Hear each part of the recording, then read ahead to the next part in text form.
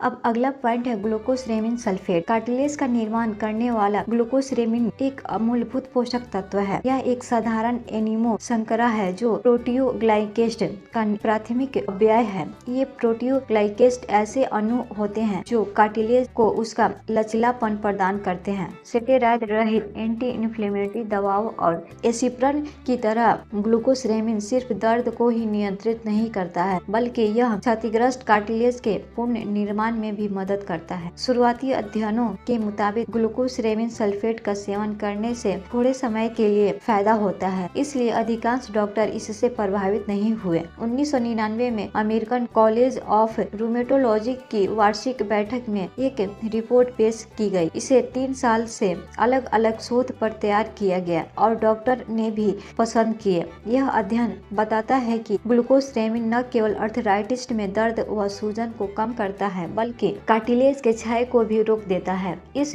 शोध की सबसे ज्यादा प्रभावित करने वाली बात यह है कि इसके सेवन में वास्तविक कार्टिलेज के पुनः निर्माण के प्रमाण भी मिले, जैसा कि पेंगिंग के मामले में हुआ था। अध्ययन में जिन लोगों ने प्रारंभिक स्टेरॉयड रहित एंटी इन्फ्लेमेटरी दवाई ली थी, उनके जोड़ों में लगातार तेजी से क्षय होना जारी रहा। इस अध्ययन के साथ कई और अध्ययन यह बताते हैं कि ग्लूकोसरेमिन सल्फेट की 1500 से 2000 मिलीग्राम मात्रा में लेने वाला आर्थराइटिस के मरीज के स्वास्थ्य में उल्लेखनीय सुधार होता है और इसके कोई दुष्प्रभाव नहीं होते हैं। इस प्रयोग के दौरान उत्साहजनक बात यह सामने आई है कि ग्लूकोसरेमिन का सेवन बंद कर देने के बावजूद मरीजों को कई हफ्तों और यहाँ तक कि कई महीनों तक दर्द का एहसास नहीं हुआ था। वहीं दूसरी ओर स्टेरॉयड रहित एंटी इन्फ्लेमेटरी दवाओं में कई दुष्प्रभाव हैं, जैसे अल्सर, आंतों में रक्तस्राव तथा लीवर में क्षति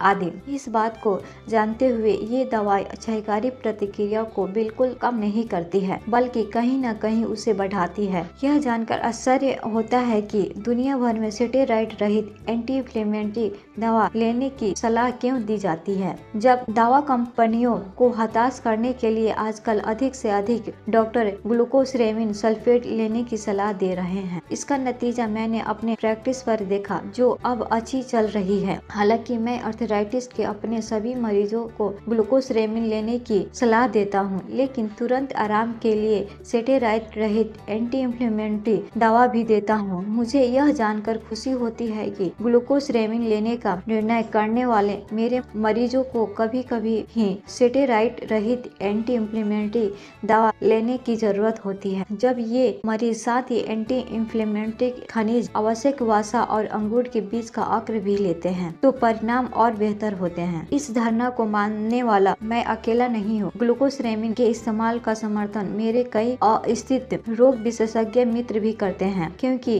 वे समझते हैं कि जोड़ों के प्रत्यारोपण को टालना आखिरकार मरीजों के लिए ही फायदेमंद होता है।